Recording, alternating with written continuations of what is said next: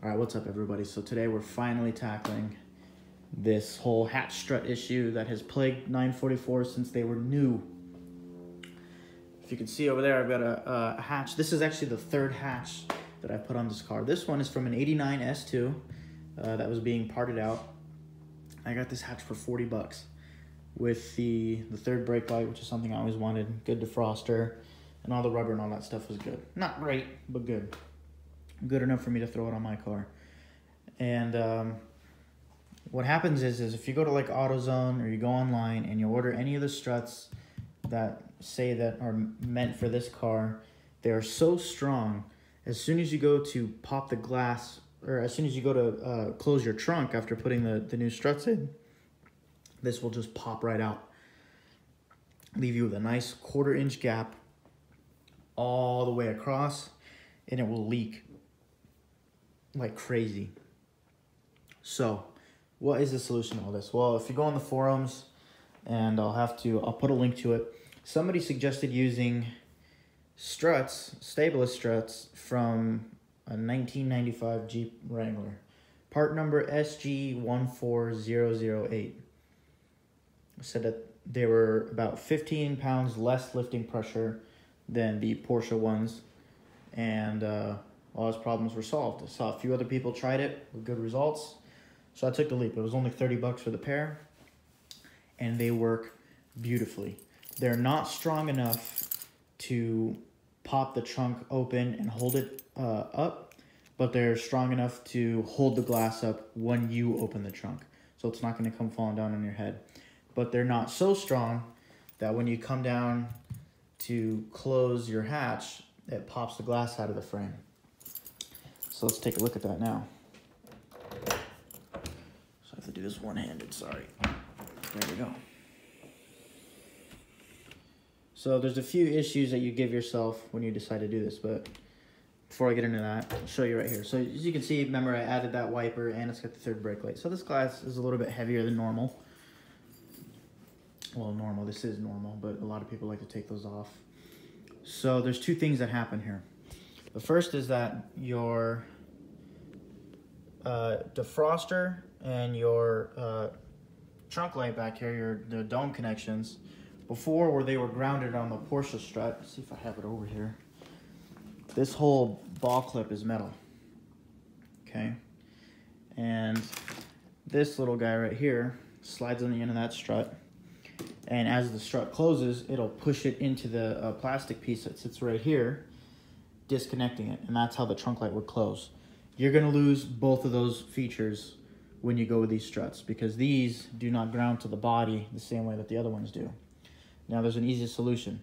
I've already got the carpet in here, I'm not gonna take it back out, but basically the same way that I routed all of these other grounds is wired into the back right here where there's a cluster of grounds. And so this is the positive side of the glass, and this is the negative side of the glass. Now, if I had just plugged, I could have plugged this line in right here. This is for the defroster. I could have plugged it into here and it would have worked just fine. These do allow for a connection through the strut, but what happens is these typically were grounded through the body. On the old glass, I didn't do it, and I didn't have any struts on here, because I would constantly have to take the other ones out on and off to hold the strut up. That's how I was doing it.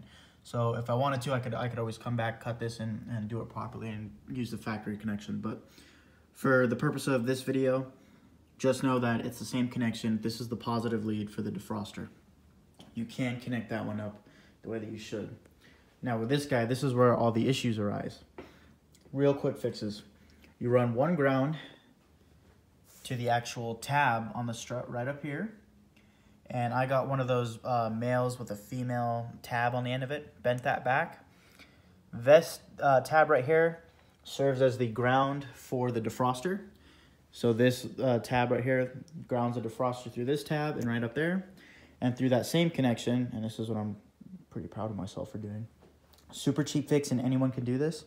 Take another line that is tapped into the same ground. That's where this blue connector is right here. Again, this is all ugly. I need to clean it up and make it look professional, but for the purposes of showing you guys, it's a great example. So this blue line right here goes into these magnetic reed switches that I got, I believe, for 10 bucks on Amazon. And it works absolutely beautifully, the way that I had hoped it would. Wire it into the normally open option. So you're gonna have one going to your common, and then one going to the normally open. And they just screw in, so I didn't even need to solder anything or throw some spade connectors on there. And then attach this to your body however you want to. And then the receptor switch will just go right on your strut. As you can see, I tried using some super glue. Until I find a better way to do that, that's how that's gonna sit right now. It works great. It's not going anywhere. So it's a little bit tricky to line it up, but once you get it just right, it works perfectly. And I'll demonstrate that now. So you can see with my strut open, with my hatch open, the light is on, the dome light and the cargo light. So with the way that those are aligned now, when I go to close, and look, I can do this one-handed, right in the center. As soon as those magnets meet, the dome light, the switch opens the circuit because it's wired as normally closed. So the magnets will come together, open the circuit, and it'll kill the circuit for the trunk light. And if I pop it back up, the magnets separate, and you can see my trunk light comes back on.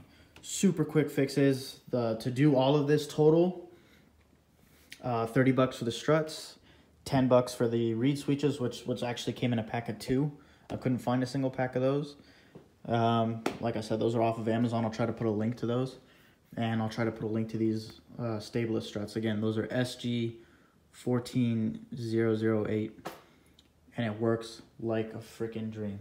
So there you go, guys. If your hatch has not delaminated yet and you're confident in the integrity of your glass, go with these struts. They're so awesome. I've been using them for the past like 2 or 3 days. Unfortunately, I haven't been able to drive the car because of this stupid headlight situation going on up here. But yeah, that's it's such a small thing, but it's, man, it just goes like miles as to like being able to actually have a functioning trunk. So thanks for watching, and I'll see you in the next one.